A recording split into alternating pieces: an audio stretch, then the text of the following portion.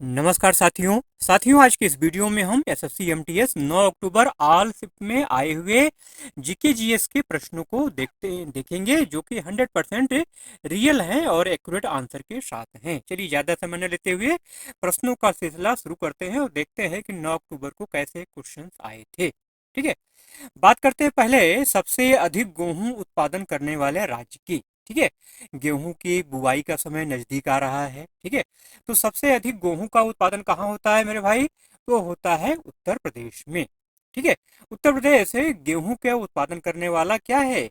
सबसे बड़ा राज्य है, मतलब नंबर 1 पे है। ठीक है, उत्तर प्रदेश में कुल 32.42% गेहूं का उत्पादन होता है। ठीक है, क्यों उत्पादन होता है अगर आपसे पूछा जाए तो यहाँ की जो जमीन है वो गंगा और यमुना नदियों के कारण क्या है? उपजाऊ है। ठीक है, अब यूपी के बाद अगर बात करें तो नंबर आता है मध्य प्रदेश का, एमपी का नंबर आता है। ठीक है, इसके अलावा गेहूं के उत्पादन कर राज्य हैं, उसके बाद पंजाब का नंबर आएगा, फिर हरियाणा, फिर राजस्थान, बिहार, गुजरात, महाराष्ट्र, उत्तराखंड का नंबर आता है क्रम से। ठीक है, अगर अब हम देशों की बात करें गेहूं उत्पादन में तो भारत चीन के बाद गेहूं का सबसे ज्यादा उत्पादन करने वाला देश है, मतलब चीन सबसे नंबर 1 पे आता है।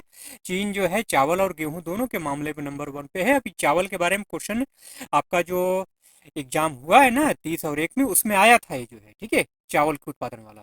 अब गेहूं का पूछा है तो देखिए क्वेश्चन एक दूसरे से ऐसे रिलेटेड बनते हैं, इसलिए बार बार कहता हूं कि प्रश्न जो भी आ रहे हैं उसके आधार पर जो प्रश्न बन सकते हैं उनको जरूर से देखा करिए।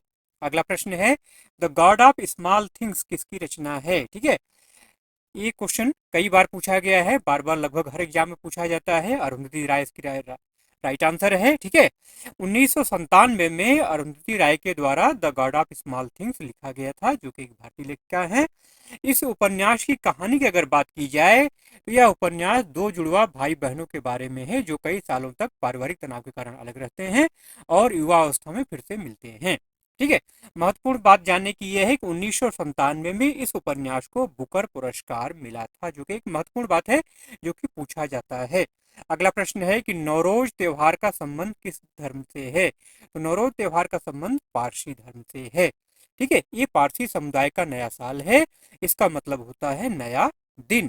ठीक है, यह त्योहार फारसी कैलेंडर के पहले दिन को मनाया जाता है। यह आमतौर पर 21 मार्च को पड़ता है। ठीक है, पारसी लोग जोरोस्ट्रियल धर्म के अनुयायी हैं। इस धर्म की स्थापना पैगंबर जोरोस ने की थी। ठीक है, ये भी पूछा जाता है। महत्वपूर्ण बात यह है कि मतलब पारसी धर्म के पैगंबर कौन है? ठीक है, पारसी धर्म किस धर्म के अनुयायी हैं, ये सब क्वेश्चन बनता है। ठीक है मेरे भाई, अब देखिए यहाँ पे जो है महत्वपूर्ण बात यह है कि हमारे भारत में पारसी धर्म के लोग बहुत ज्यादा हैं। ठीक है, कैसे आए ये? तो अरबों के हमले के बाद पारसी लोग अपना धर्म बचाने के लिए भारत आए थे। ठीक है, आज दुनिया भर में पारसी धर्म के मानने वाले करीब 1.5 लाख लोग हैं, जिनमें से 70% भारत में रहते हैं। एक महत्वपूर्ण बात यह है 70% पारसी कहाँ रहते हैं? हिंदुस्तान में रहते हैं और हिंदुस्तान की तरक्की में योगदान करते हैं मेरे भाई। अगला प्रश्न है कि अनुच्छेद 356 का संबंध किससे है?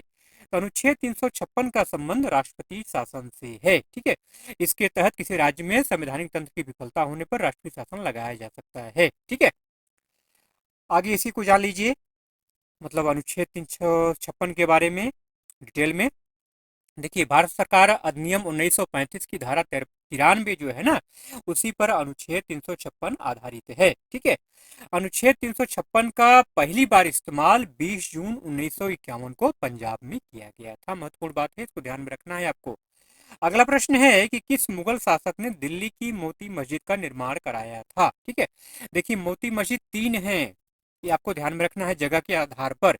एक दिल्ली में है, एक लाहौर में है और एक आपका आगरा किले में है। ठीक है, तीनों के बारे में आपको डिटेल में बता देता हूँ। पूछा आपसे वैसे आपके दिल्ली के बारे में है तो देखिए मोती मस्जिद भारत के दिल्ली में लाल किला परिसर के अंदर 17वीं सदी की एक मस्जिद है। इसका निर्माण औरंगजेब ने करवाया था। ठीक है, अब एक मोती मस्जिद जो है आगरा के किले में स्थित है, इसका निर्माण शाहजहां ने करवाया था। ठीक है, और एक मोती मस्जिद लाहौर में है जो कि पाकिस्तान में स्थित है, जो कि मुगल बादशाह जहांगीर के द्वारा 1645 में बनवाई गई थी। ठीक है, ये लाहौर के किले में स्थित है।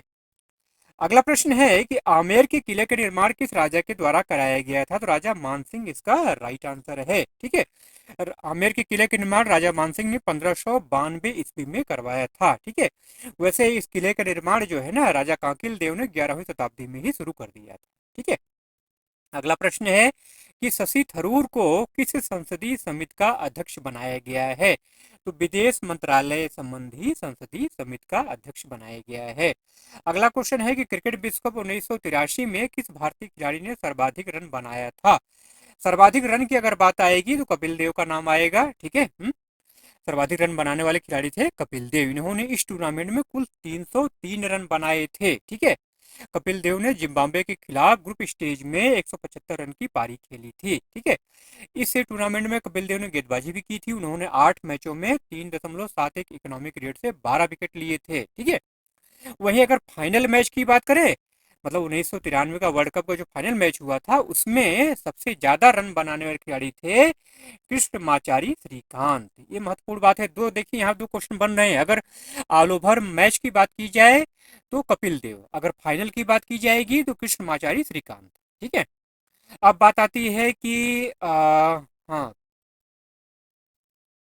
इन्होंने श्रीकांत ने जो है फाइनल मैच में 57 गेंदों पर 38 रन बनाया था। ठीक है, आप ओपनिंग बल्लेबाज थे। ठीक है, इस टूर्नामेंट में भारत ने 2 बार की चैंपियन वेस्ट इंडीज को 43 रन से हराया था और मोहिंदर अमरनाथ को उनके शानदार प्रदर्शन के लिए प्लेयर ऑफ द मैच चुना गया था। अगर पूछा जाए कि 1983 का जो वर्ल्ड कप हुआ था उसमें प्लेयर ऑफ मैच किसको चुना गया था? तो मोहिंदर अमरनाथ। ठीक है सॉरी, अगला प्रश्न है ब्रिटिश सरकार द्वारा शस्त्र अधिनियम कब पारित किया गया था? तो इसका राइट आंसर है 1878। ठीक है, इस अधिनियम के तहत भारतीयों को बिना लाइसेंस के हथियार रखना गैरकानूनी था। यह अधिनियम अंग्रेजों पर लागू नहीं था। अगला प्रश्न है कि लाफिंग गैस का सूत्र पूछा गया था, तो N2O नाइट्रस ऑक्साइड। ठीक है, अगला प्रश्न है कि रोशन माया नारायण का संबंध किस नृत्य से है? तो इसका राइट आंसर है कथक से। ठीक है, शरीर में प्रोटीन किसके लिए आवश्यक है? इस टाइप का एक क्वेश्चन था। ठीक है, तो शरीर में प्रोटीन की जरूरत कई कारणों से है। ठीक है, वो सारे कारण मैं आपको बता देता हूँ। देखिए, शरीर के निर्माण और मरम्मत के लिए प्रोटीन की जरूरत होती है। प्रोटीन हड्डियों, मांसपेशियों, त्वचा, उपास्थ्य और बालों का निर्माण और मरम्मत करने में मदद करता है।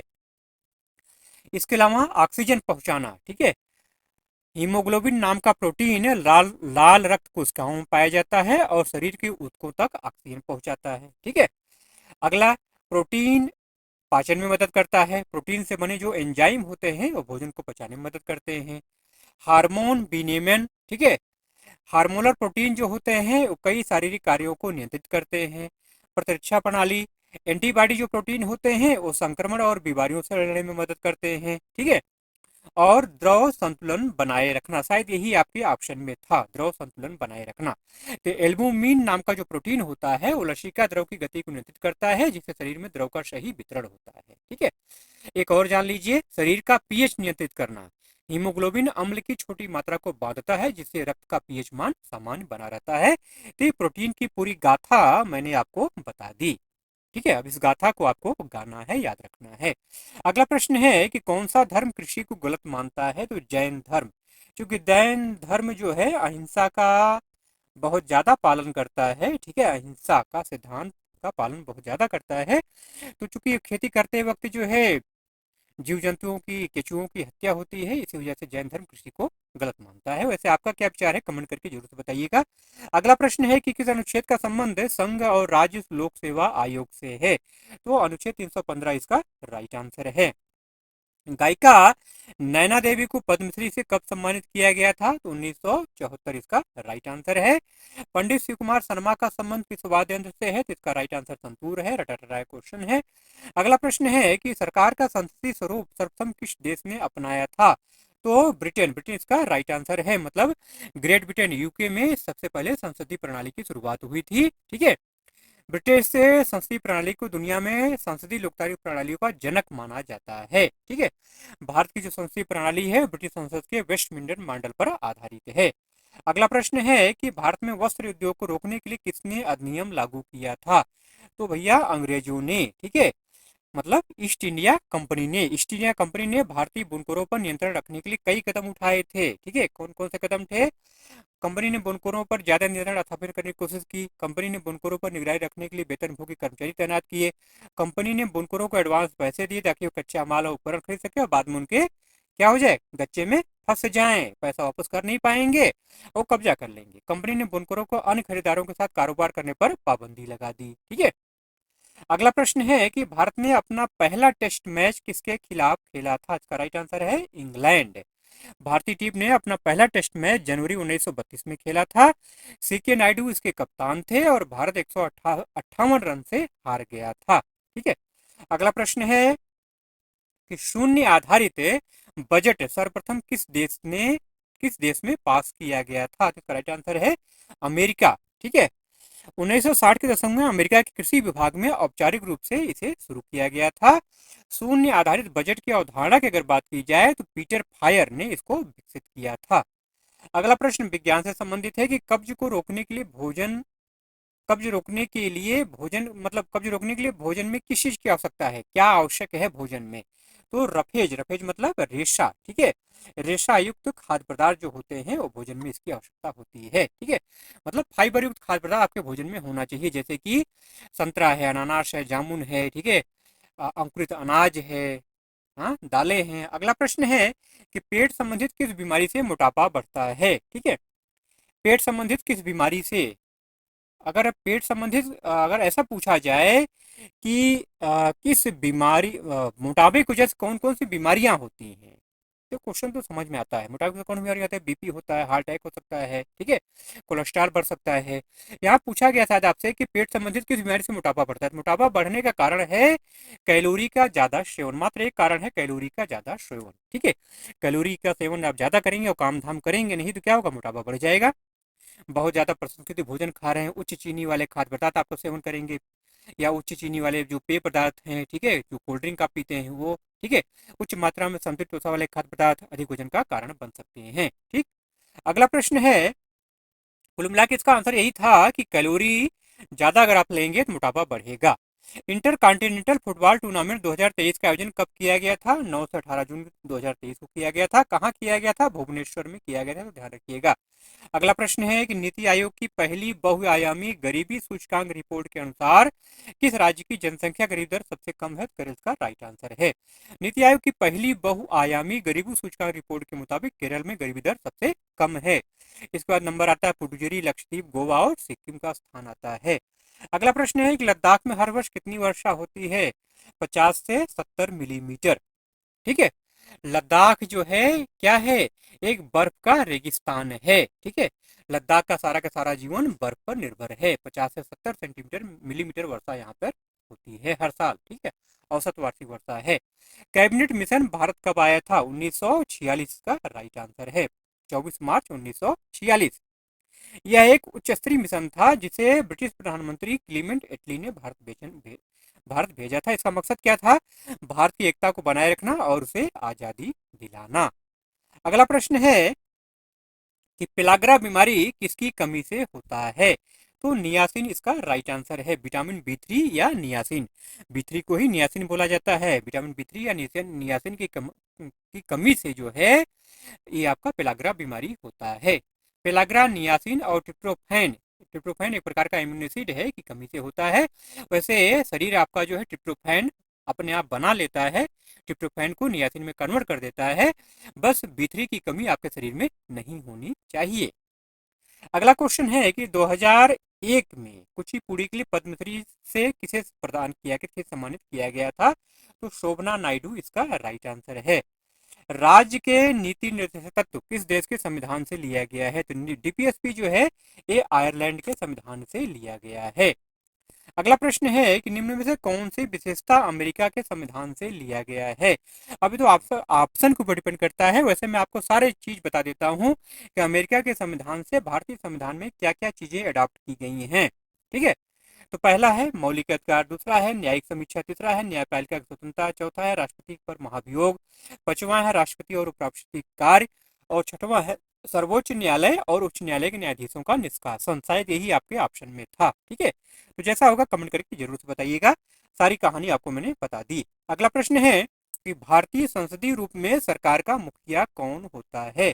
तो प्रधानमंत्री इसका राइट आंसर। ध्यान दीजिएगा, शब्दों पर ध्यान दीजिएगा। सरकार का मुखिया, देश का मुखिया नहीं, सरकार का मुखिया प्रधानमंत्री होता है। राज्य का प्रमुख कौन होता है? राज्यपाल होता है। और देश का प्रमुख अगर पूछ लिया जाए तो आप क्लिक करके जरूर बताइए, कमेंट करके जरूर बताइएगा। मनरेगा कब लागू किया गया? पूछा गया, रटा रटा क्वेश्चन है। 2006 में लागू किया गया, 2 फरवरी 2006। मनरेगा का पूरा नाम क्या होता है? महात्मा गांधी राष्ट्रीय ग्रामीण रोजगार गारंटी अधिनियम। ठीक है, देखिए पहले चरण में देश के 200 सबसे ज्यादा पिछड़े जिलों में इसको लागू किया गया था। इसके बाद 2007-8 में इसे 130 और जिलों में शामिल किया गया। आखिर में 1 अप्रैल 2008 तक इसे पूरे देश में 593 जिलों में लागू कर दिया गया। ठीक है, अगला प्रश्न है कि अल्पाशी उत्सव का संबंध किस राज्य से है? तो केरल का उत्सव है अल्पाशी। किस मुगल शासक ने झरोखा शुरू किया था? तो झरोखा दर्शन की शुरुआत मुगल सम्राट अकबर ने किया था। ठीक है, क्या था ये? झरोखा दर्शन किलों और महलों की बालकनी से जनता को संबोधित करने का एक तरीका था। इससे जनता से आमने सामने बातचीत करना आसान हो गया था। अकबर ने अपनी उदार धार्मिक नीति के तहत झरोखा दर्शन की शुरुआत की थी। अगला प्रश्न है कि लाइसोसोम, राइबोसोम, केंद्रक और रिक्तिका में विषम क्या है? तो राइबोसोम क्या है? ये विषम है। अगला प्रश्न जो है मुगल काल में सैनिकों के वेतन से संबंधित क्वेश्चन था। ठीक है, देखो वैसे मुगल काल में जो सैनिक होते थे ना, जो छोटे सैनिक होते थे, उनको 400 रुपया वेतन दिया जाता था। ठीक है, वैसे मुगल काल में सैनिकों को वेतन जो है ना मनसबदारी प्रथा के तहत दिया जाता था। मनसबदारी प्रथा क्या है? सैनिकों और सेनापतियों का पद और वेतन तय किया जाता था इसी प्रथा के अंतर्गत। ठीक है, इसका मतलब होता है, ये अरबी भाषा का शब्द है, इसका मतलब होता है पद या रैंक। मतलब जिसका जैसा पद या रैंक होता था वैसा उसका वेतन दिया जाता था। मनसबदारों को नियुक्ति बादशाह करता था। मनसबदारों को वेतन के अलावा जागीर भी दी जाती थी। जागीरें राजस्व एकत्रित करने वाली क्या होती थी? जमीनें होती थी। अगला प्रश्न है कि भारत में ईसाई धर्म के लोगों का प्रतिशत कितना है? तो 2.3% है। ठीक है, 2011 की जनगणना के अनुसार। अगला क्वेश्चन है लेसन लाइफ टाट मी अनलोंगली किसकी आत्मकथा है? तो ये अनुपम खेर, अभिनेता अनुपम खेर की आत्मकथा है। लेसन लाइफ टाट मी अनलोंगली। ठीक है, तो इसका ये राइट आंसर था। चलिए इन्हीं प्रश्नों के साथ आज के वीडियो का एंड करते हैं। वीडियो अगर अच्छा लगा हो मेरे भाई तो जाते जाते एक लाइक जरूर से कर दीजिएगा, और चैनल पर अगर नए हैं तो सब्सक्राइब करके बेल आइकन जरूर से प्रेस कर लीजिएगा मेरे भाई, नहीं तो नोटिफिकेशन नहीं मिलेगा। ठीक है, चलिए मिलते हैं अगले वीडियो में ऐसे ही कंटेंट के साथ। तब तक के लिए जय हिंद।